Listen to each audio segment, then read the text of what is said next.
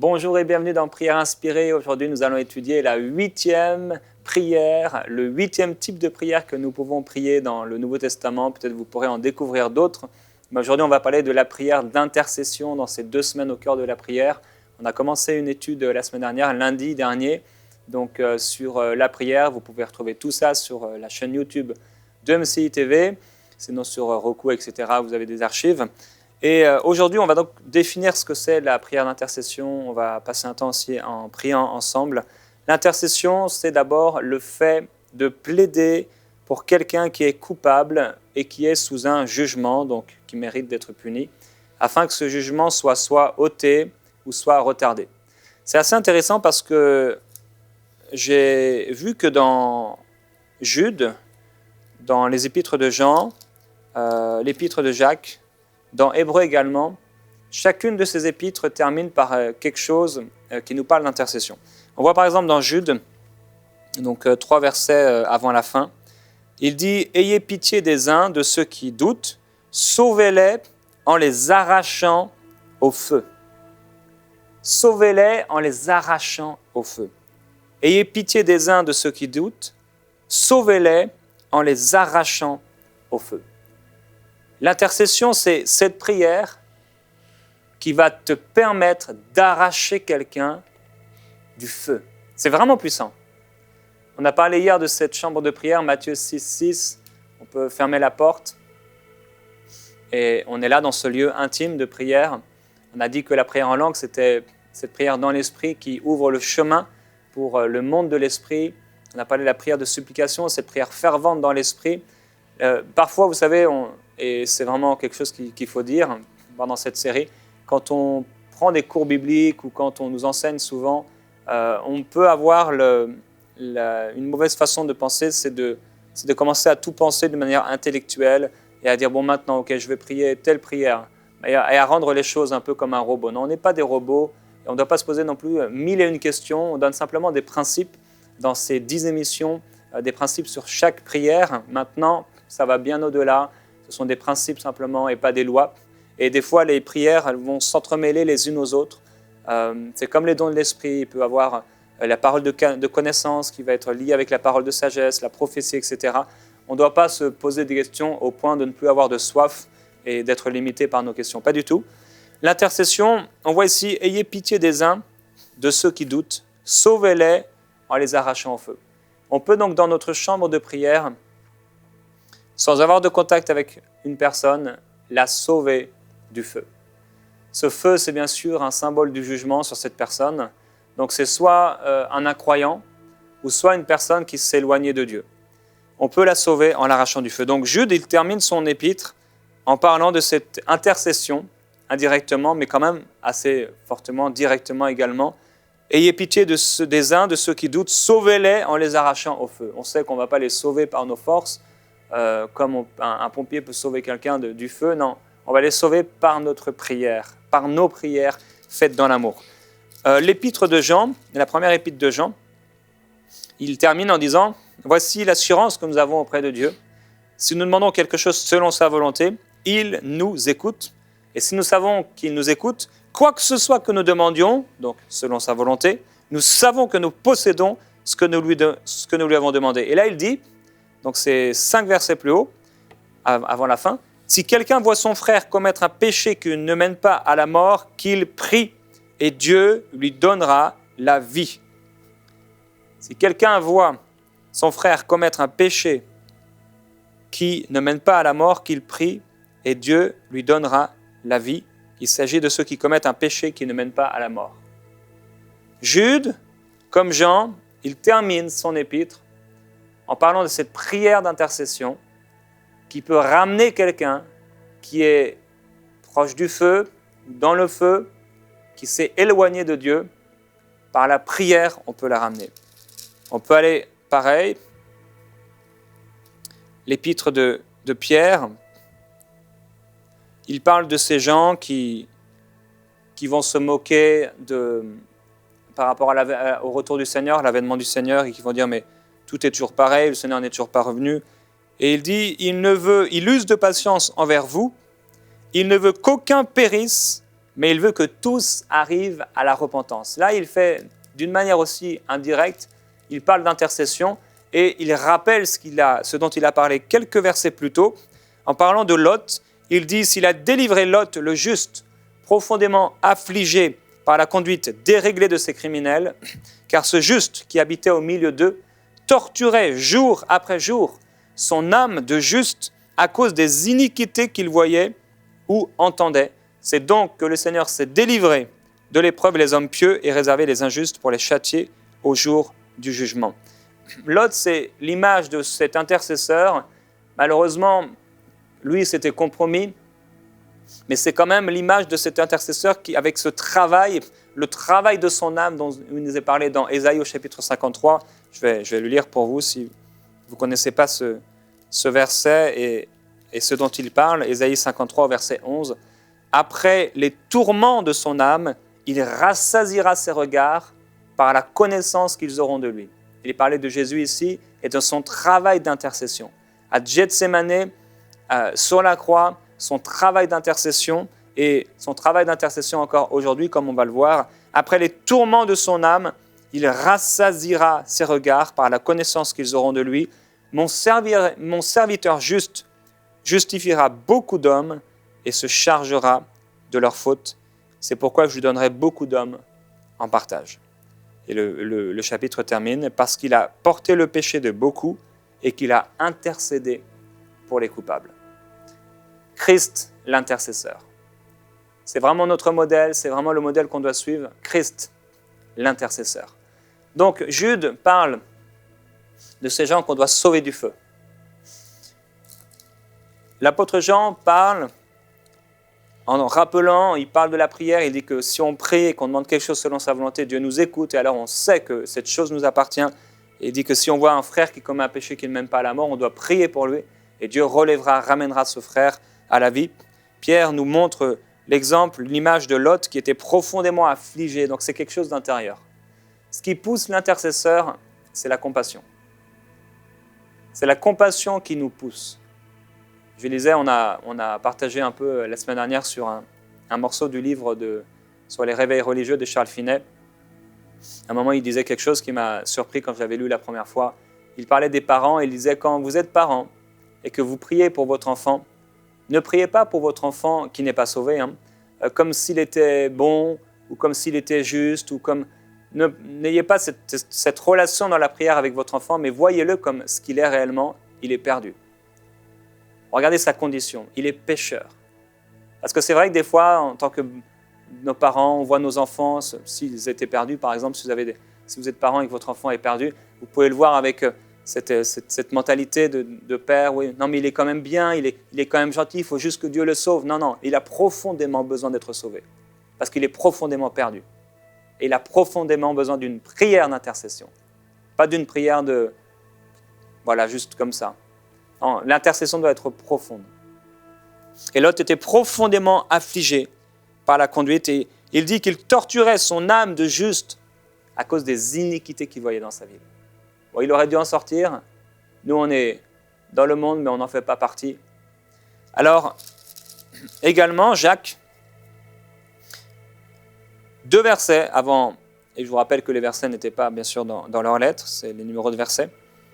Il dit, la prière agissante du juste a une grande efficacité. Élie était un homme de la même nature que nous. Ça, c'est une bonne nouvelle. Il pria avec instance pour qu'il ne pleuve pas, et il ne tomba pas de pluie sur la terre pendant 3 ans et demi. Le pouvoir de la prière. Puis il pria de nouveau, alors le ciel donna de la pluie, et la terre produisit son fruit. Et Jacques termine son épître comme ça. Et souvent, on va dire les choses importantes à la fin. Mes frères, si quelqu'un parmi vous s'est égaré loin de la vérité, et qu'un autre l'y ramène, sachez que celui qui ramène un pécheur de la voie où il s'était égaré, sauvera une âme de la mort et couvrira une multitude de péchés. C'est quand même assez étonnant que Jacques termine son épître en parlant de la prière d'intercession. Pierre termine sa première épître par la prière d'intercession. Jean termine son épître par la prière d'intercession. Et Jude termine son épître par la prière d'intercession. On peut aller encore plus tôt, Hébreux, Hébreux chapitre 12 et au verset 17. Ici, il va faire indirectement allusion à cette prière. N'oubliez pas la bienfaisance et la libéralité, car c'est à de tels sacrifices que Dieu prend plaisir. Et il dit ici, obéissez à vos conducteurs et soyez-leur soumis. Cette semaine, l'Esprit de Dieu a fait une parenthèse importante sur cette soumission à propos de ces oints. Car ils veillent au bien de vos âmes dont ils devront rendre compte. Faites en sorte qu'ils puissent le faire avec joie et non en gémissant, ce qui ne serait pas à votre avantage. Obéissez à vos conducteurs, soyez leur soumis, car ils veillent au bien de vos âmes dont ils devront rendre compte. Comment les serviteurs de Dieu veillent au bien de notre âme, non seulement en nous prêchant la parole, mais certainement en priant pour nous. Alors, l'intercession est importante. L'intercession, c'est cette image de cet homme à la piscine de Bethesda qui dit dans Jean chapitre 5 au verset 7, cet homme qui est là, il est paralysé, il aimerait bien pouvoir être guéri, il est là depuis très longtemps. Et il dit dans Jean 5, 7, « Seigneur, je n'ai personne pour me jeter dans la piscine quand l'eau est agitée. Et pendant que j'y vais, un autre descend avant moi. Seigneur, je n'ai personne pour me jeter dans la piscine. » Quand vous remplissez ce rôle d'intercesseur, vous êtes cette personne qui répond à cette prière de cet homme paralysé. Dieu dit, dans Ézéchiel au chapitre 22 au verset 30, « Je cherche parmi eux un homme qui se tienne à la brèche en faveur du pays, qui élève un mur afin que je ne le détruise pas, mais je n'en trouve pas. » Dieu cherche un intercesseur. Et dans cette 8e prière, ce 8e type de prière aujourd'hui que nous développons, il est important de rappeler que Dieu cherche l'intercesseur. Dieu cherche un homme. Dieu cherche une femme. Dieu cherche quelqu'un qui va répondre à cet appel de l'Esprit de Dieu, à cet appel de ceux qui souffrent. Je n'ai personne pour me jeter dans la piscine. Alors, de la même façon que Christ a été la réponse de Dieu pour le salut de l'humanité, quand Dieu a dit « Je ne trouve personne », et Christ a dit « Envoie-moi ». Et il dira « Tu m'as formé un corps, je viens, ô Dieu, pour faire ta volonté ». L'intercession, et j'ai dit hier, je l'ai rappelé, on devrait tous vivre, et d'une manière plus ou moins régulière, ces différents types de prières. L'intercession. Et elle va commencer avec ce cœur de compassion. Quand on a compassion pour les uns et les autres, Dieu cherche un homme qui va d'abord élever un mur et qui va se tenir à la brèche pour que Dieu ne le détruise pas. Cet homme qui dit « Seigneur, je n'ai personne ». Tellement de gens n'ont personne.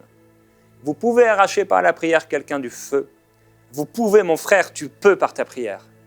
Tu peux dans ta maison arracher quelqu'un du feu. Parents, tu peux arracher ton enfant du feu. Tu le peux.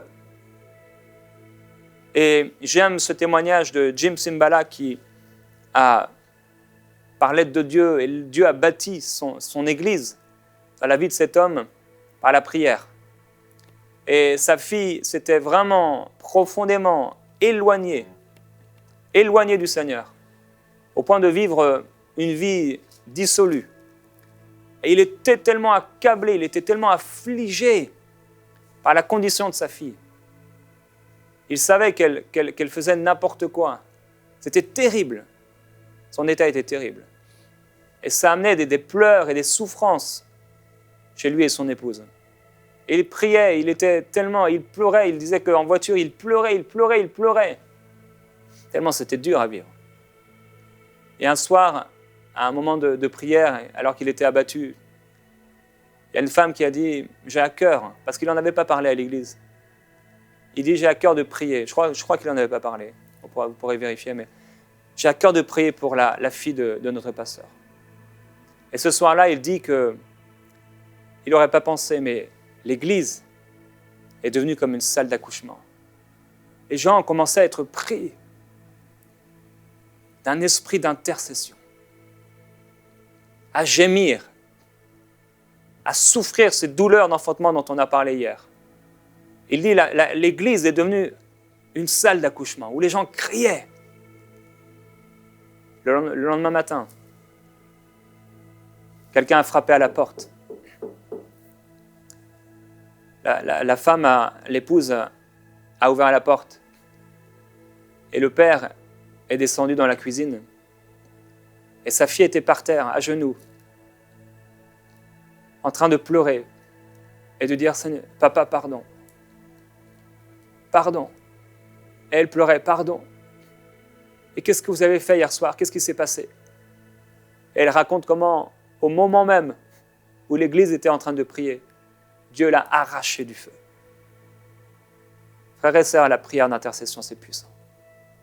Tu peux ramener quelqu'un par la prière, dans ta vie de prière, par l'intercession, arracher une personne du feu.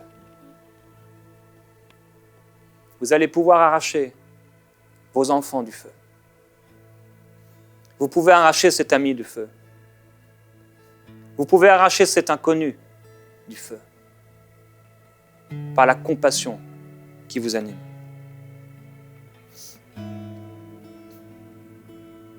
On pourrait voir plusieurs exemples. La Bible nous montre que le plus grand intercesseur, c'est Jésus-Christ. J'ai été surpris un jour en retombant sur ce verset qui dit que il intercède pour nous. Il s'est assis à la droite de Dieu et il intercède pour nous. J'aimerais vous dire à vous qui m'écoutez, qui êtes peut-être une certaine religion, il n'y a pas de plus grand intercesseur que Jésus. Et dans le ciel, il est le seul qui intercède pour nous. Aucun mort n'intercède pour nous. Aucun saint qui est mort ne peut intercéder pour nous. Marie, qui est morte, ne peut intercéder pour nous. Le seul médiateur qu'il y a entre Dieu et les hommes, c'est Jésus-Christ, le Fils de Dieu. Et il est le seul qui intercède pour nous. Relisez la parole de Dieu. De Genèse, chapitre 1, verset 1, jusqu'à la fin de l'Apocalypse, où le Seigneur, par une parole forte, demande et ordonne qu'on n'ajoute rien et qu'on ne retranche rien de cette parole. N'ajoutez pas foi à tout esprit, mais éprouvez les esprits pour savoir s'ils viennent de Dieu. Le seul intercesseur, la seule personne qui peut prier pour nous au ciel, c'est Jésus-Christ. Et il intercède pour nous aujourd'hui. Il n'a pas arrêté d'avoir, son cœur ne s'est pas arrêté de battre pour nous. Il prie pour nous. Mais sur la terre, il cherche des gens qui, comme Moïse, intercèdent. Comme Moïse qui était arrivé à un tel point qui me surprend encore, au point de dire, mais Seigneur, si tu ne pardonnes pas ce peuple, alors ne me pardonne pas moi non plus. Enlève mon nom de ton livre. Quelle compassion! Quelle compassion, quelle folie de prier une telle prière! Cette même folie qui était dans le cœur de Dieu pour envoyer ce qu'il avait de plus précieux, Jésus-Christ, le Fils de Dieu. Quelle folie qui a animé Jésus, c'était une folie de compassion. C'était une folie de sagesse. C'était une folie d'amour qui dépasse notre entendement. Il n'y a pas d'intercession sans une réelle compassion. Et on a vu dans Romains chapitre 8 au verset 26 que l'Esprit nous aide dans notre faiblesse. Quand nous ne savons pas ce qu'il convient de demander dans nos prières. En fait, quand on ne sait pas comment prier. Mais l'Esprit lui-même intercède par des soupirs inexprimables. Cette prière d'intercession, on la commence dans la chair, entre guillemets. On la finit dans l'Esprit. C'est le Saint-Esprit qui l'initie. C'est le Saint-Esprit qui rend cette prière forte. Et je me souviens quand on a prié pour mes beaux-parents, le père d'Annabelle et son épouse. On était à l'époque en région parisienne, un après-midi comme un autre. Avec Annabelle, on était sur le canapé, on a commencé à prier pour eux. Et là, on a commencé dans la prière. Je voyais comme des liens spirituels, des chaînes spirituelles. Cette femme avait touché à l'occultisme. Il y avait des choses, des liens qui étaient là. Et je pouvais voir dans l'esprit, et pourtant je ne suis pas de ce genre à voir ce genre de choses. Mais je voyais le combat spirituel autour de cette femme. Et par la prière, le combat qui devenait de plus en plus intense. Et on a prié avec intensité. Et au bout d'un moment, tous les deux, on avait la paix et on savait que c'était fait. Dans les jours qui ont suivi, la femme du père d'Annabelle m'appelle et me dit « Jérémie, on veut se faire baptiser. » Ils ont accepté le Seigneur. Ils ont été baptisés. Ils ont mis leur vie en règle devant Dieu. Et Dieu a commencé à transformer leur vie. Aujourd'hui, quelle grâce de savoir qu'ils sont sauvés. Quelle grâce de savoir que leur éternité complète a été bouleversée. Parce que ce jour-là, Dieu a trouvé 2 intercesseurs. Je veux vous encourager. Je ne sais pas les gens que Dieu met dans vos cœurs.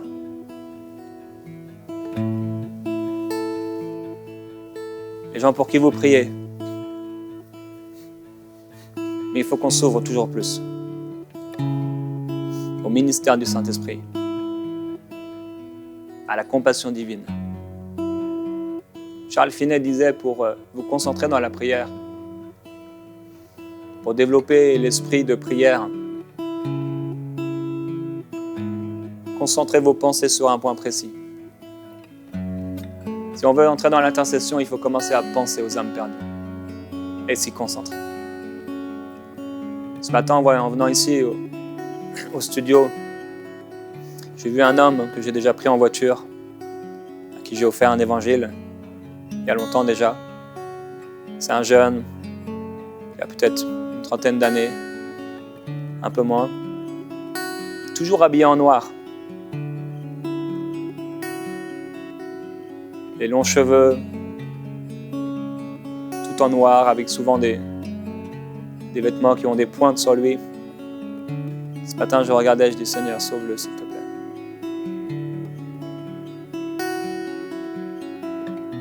Père, je prie qu'on puisse répondre présent à l'intercession, à l'esprit d'intercession. Je vais te demander personnellement pardon pour les fois où tu m'as appelé à intercéder et j'ai résisté. Pardon pour les fois où j'aurais dû parler et je n'ai pas parlé. Où j'aurais dû prier et je ne l'ai pas fait. Pour les fois où j'ai été trop égoïste. Où j'ai trop pris les choses en main et je ne t'ai pas laissé la place. Père, je prie que mes frères et sœurs qui prient avec moi régulièrement, qu'ils entrent, qu'on entre dans cet esprit d'intercession. La compassion divine se trouve en nous, au point de prier, comme une femme qui accouche s'il le faut, afin d'enfanter. Aujourd'hui, je fais un appel pour vous qui m'écoutez. Le seul intercesseur, c'est Jésus-Christ.